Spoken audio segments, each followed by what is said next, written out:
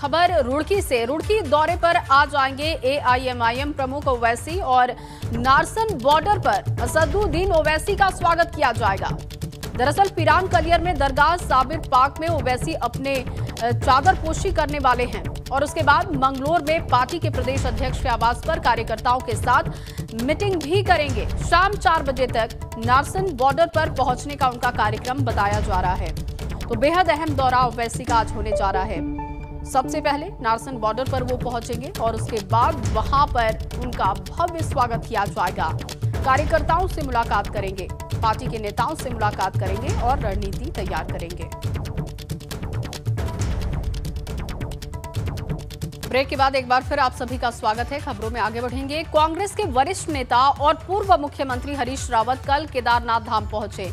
यहां उन्होंने सबसे पहले बाबा केदार के दर्शन किए, पूजा अर्चना कर आशीर्वाद लिया। इस दौरान उनके समर्थकों ने भी बाबा केदार के दर्शन किए। पंजाब के प्रभारी एवं कांग्रेस के राष्ट्रीय महासचिव पद से मुक्त होने के बाद हरीश रावत केवल उत्तराखंड पर ध्यान दे रहे हैं। उनका फोकस अभी चुनाव में कांग्रेस को जीत दिलाना है और इसके लिए वो हर क्षेत्र में सुपर एक्टिव दिखाई दे रहे हैं।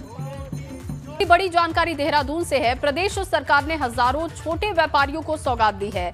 रियायती ऋण की सीमा 10 से बढ़ाकर 50,000 की है। मुख्यमंत्री स्वरोजगार योजना के आदेश में संशोधन किया गया और अब स्वरोजगार के लिए 10 के बजाय 50,000 का ऋण मिलेगा। ये बड़ी राहत दी गई है व्यापारियों को। ऋण लेने के लिए जमीन इत्यादि नहीं रखना होगा गिरवी। ये एक बड़ी समस्या होती थी व्यापारियों के सामने कि आपको गिरवी अपना घर रखना होता था, लेकिन अब इस तरीके की कोई शर्त नहीं होगी और ये ऋण छोटे व्यापारियों के लिए होंगे।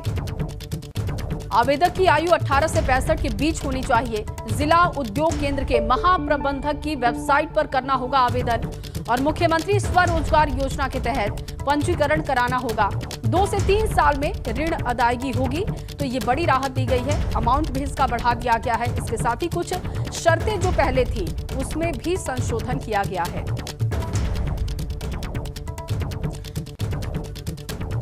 ब्यूरो चीफ अजीत राठी इस वक्त हमारे साथ जुड़ चुके हैं। अजीत जी, कैसे आप इसे देखते हैं? क्योंकि व्यापारियों के लिए जो सबसे बड़ी समस्या थी कि ऋण मिलना आसान नहीं था। अगर आपको ऋण मिल भी जाता है तो फिर आपको अपना घर या कोई भी कीमती चीज गिरवी पर रखनी होती थी। कैसे इस पूरे नियम में संशोधन किया गया है, विस्तार से जानकारी दीजिएगा।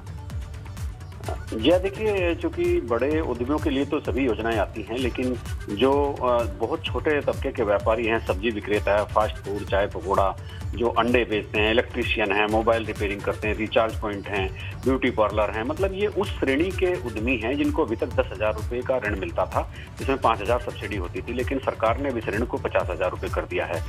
और मशीन रिपेयरिंग और इसके अलावा भी मतलब जैसे कार वॉशिंग, क्लीनिंग, ट्यूबर, ये सब इस तरह के उद्योग हैं जिनसे एक बहुत बड़ा तबका जुड़ा हुआ है, सबकी इनको जरूरत भी होती है। तो मुख्यमंत्री ने ये एक बड़ा फैसला इन छोटे व्यापारियों के लिए लिया है। पुष्कर धामी ने छोटे कामकाज करने वाले व्यापारियों को राज्य सरकार की तरफ से एक बड़ी सौगात दी है और मुख्यमंत्री स्वरोजगार योजना अति सूक्ष्म उद्यम जो एक शासनादेश था उसमें संशोधन करते हुए ये सीमा बढ़ाकर 50,000 रुपये कर दी है।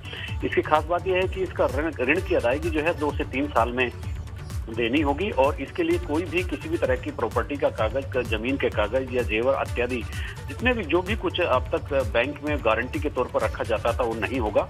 और इसमें श्रेणी में भी इन सब चीजों को बांट दिया गया है। श्रेणी ए में पिथौरागढ़, उत्तरकाशी, चमोली, चंपावत, रुद्रप्रयाग, बागेश्वर और श्रेणी बी में अल्मोड़ा का जो दूसरा जो भाग है, पौड़ी है, गढ़वाल है, टिहरी है।